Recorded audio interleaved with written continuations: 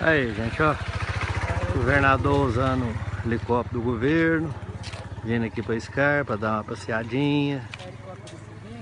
É, ué. Olha o homem lá, gente, ó. Vindo aqui dar passeada, gastar dinheiro público. Olha lá o corrupto lá dentro.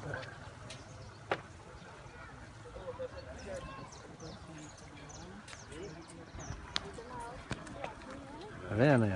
Pra isso que serve os impostos.